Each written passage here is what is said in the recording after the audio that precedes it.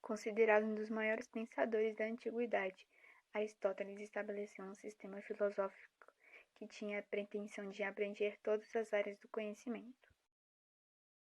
Seu sistema estabelece as condições metafísicas do mundo, enumera as explicações sobre o mundo natural, fazendo pesquisas empíricas detalhadas nas áreas da biologia, botânica e zoologia, assim como conduz seus pensamentos para a política, a arte e a lógica.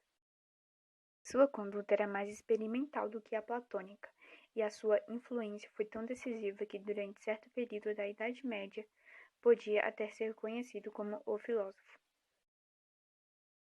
Aristóteles foi estudante da Academia de Platão por 19 anos e discípulo brilhante do mestre. Todavia, acaba por romper com os ensinamentos platônicos. Quando completa 18 anos, muda-se para Atenas a fim de estudar na Academia de Platão.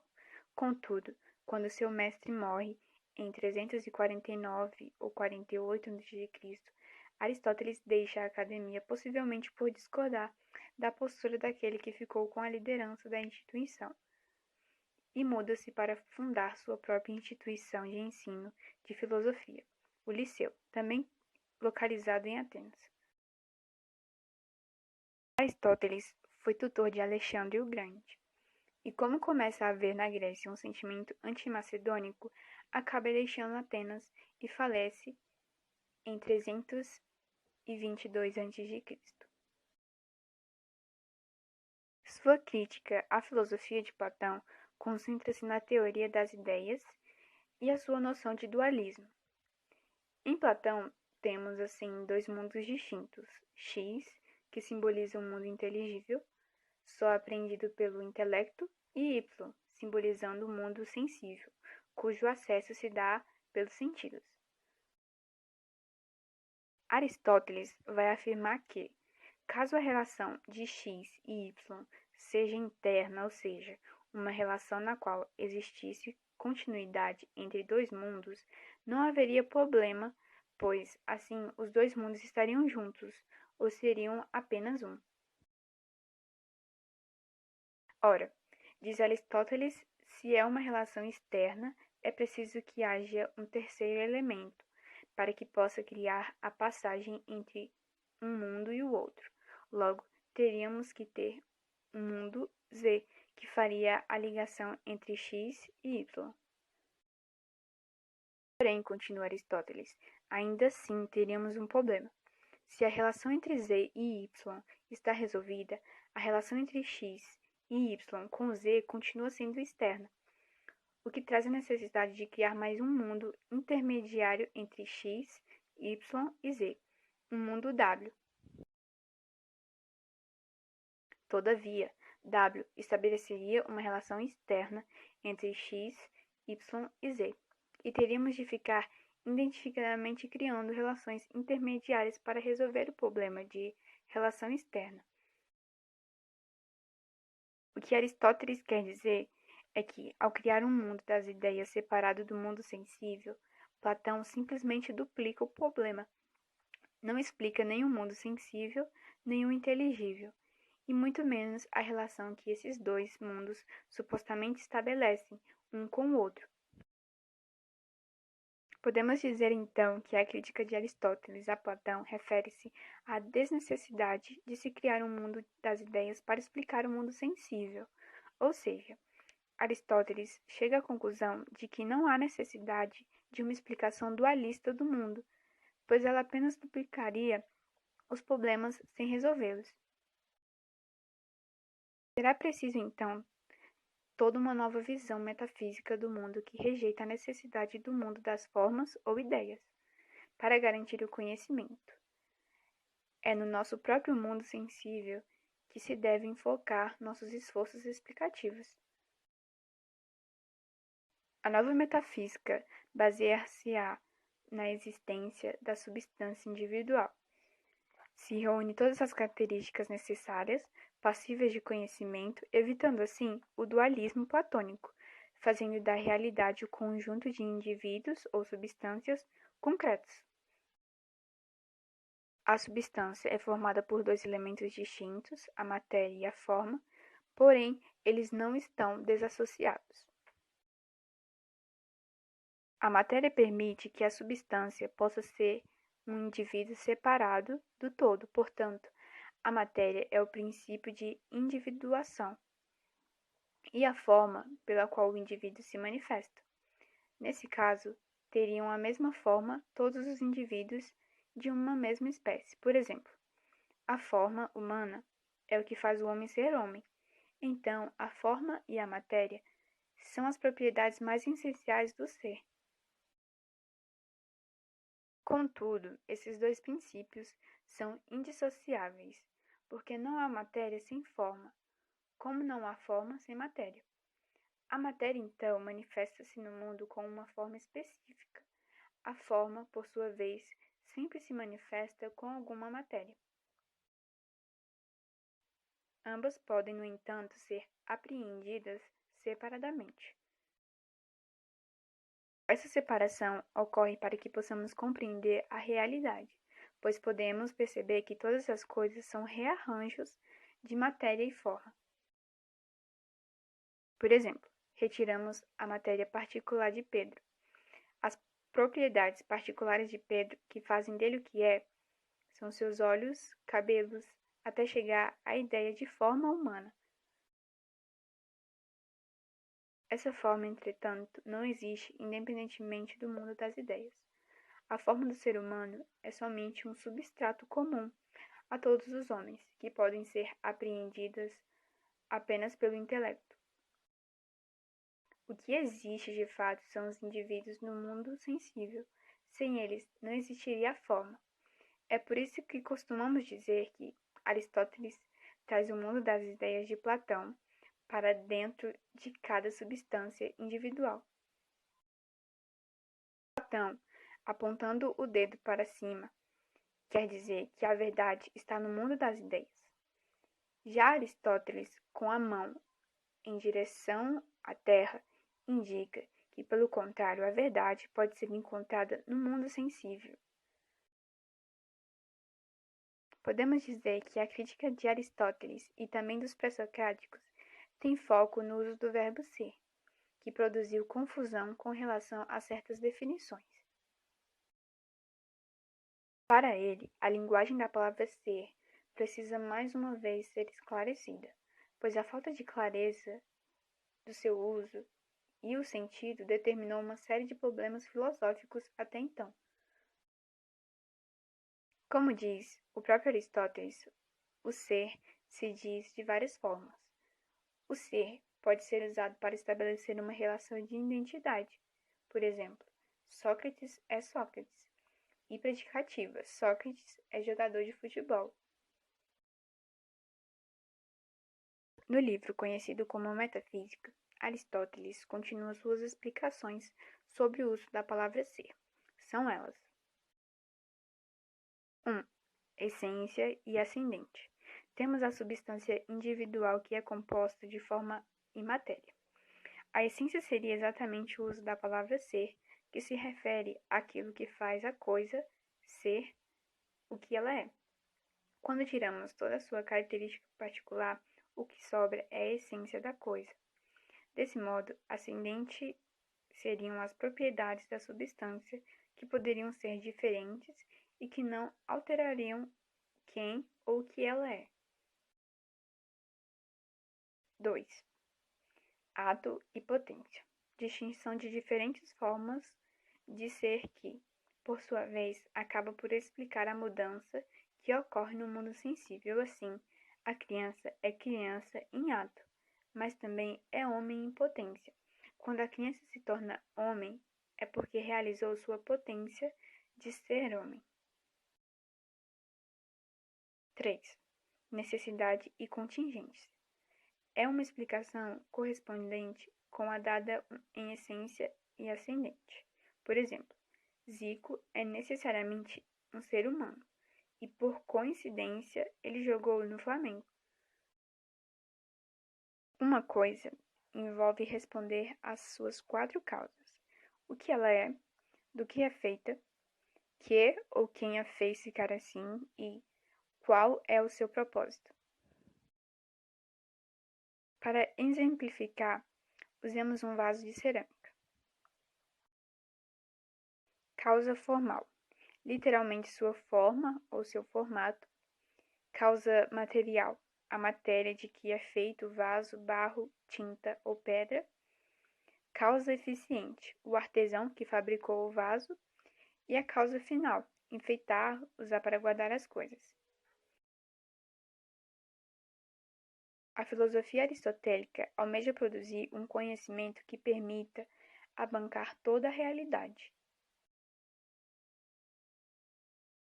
A filosofia platônica exigia um exercício constante do pensamento e do diálogo para a depuração das sombras do mundo sensível, até o alcance do conhecimento puramente intelectual.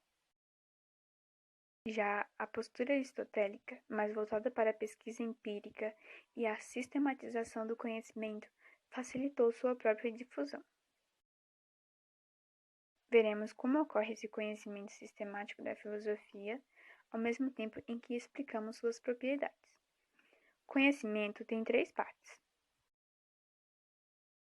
o conhecimento prático, que é a ética e a política, o conhecimento produtivo, que é a poética, e o conhecimento teórico, que é a física, o mundo natural, a matemática, a quantidade e o número, e a filosofia primeira, que é a teologia.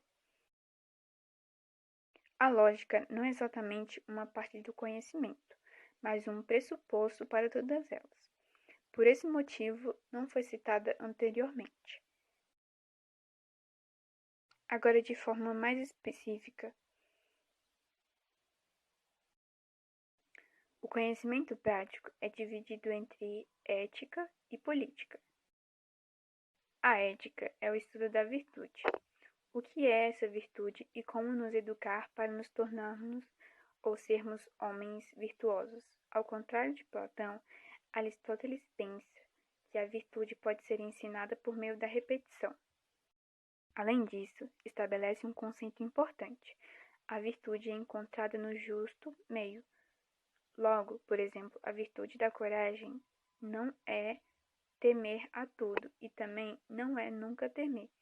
A virtude é sabedoria da coragem na medida certa.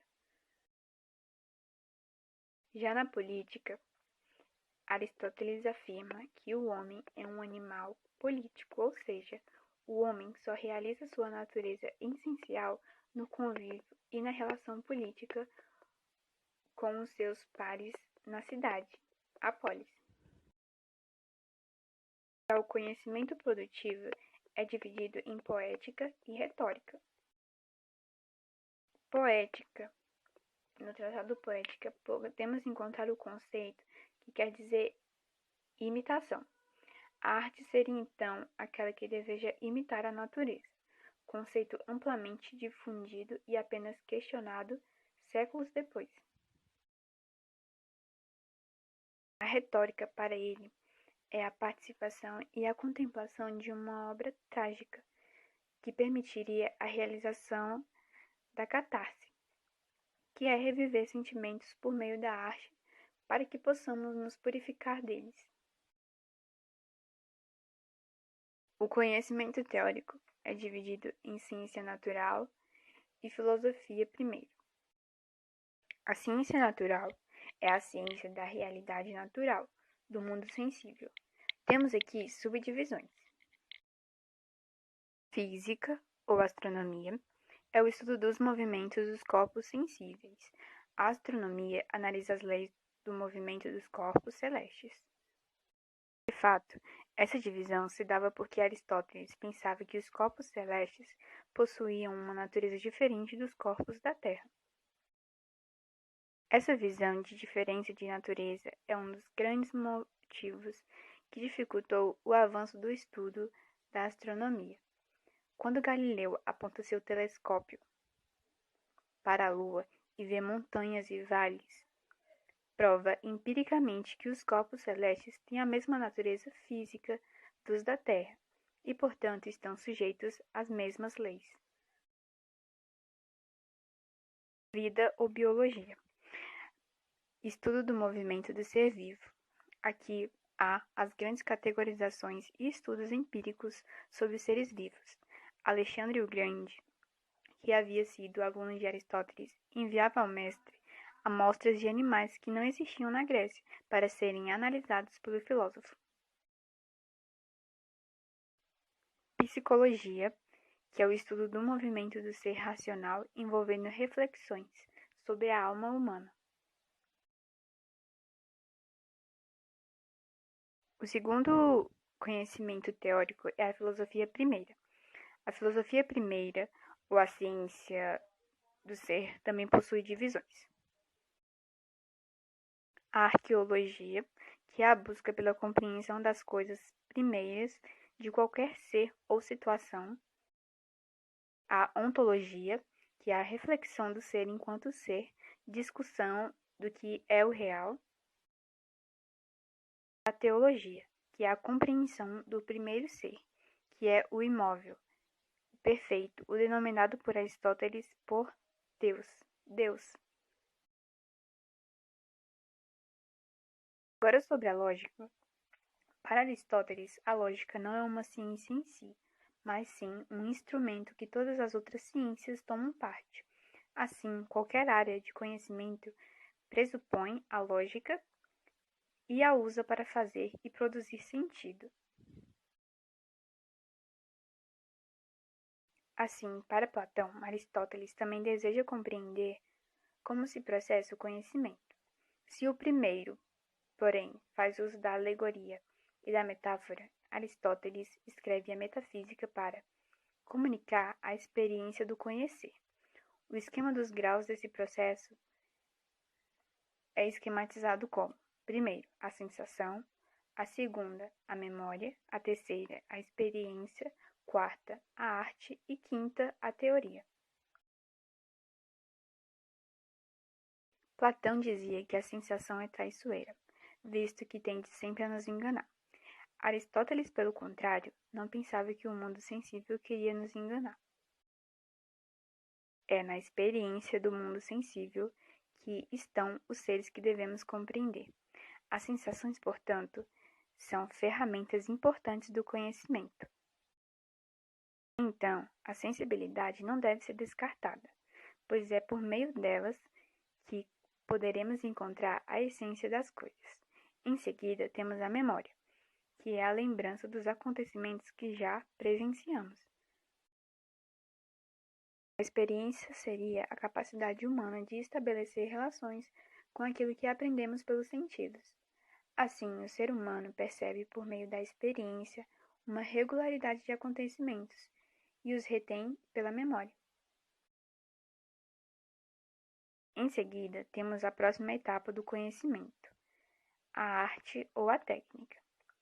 A arte ou a técnica é o conhecimento das causas do porquê das coisas, não é apenas acúmulo de experiência e de memória.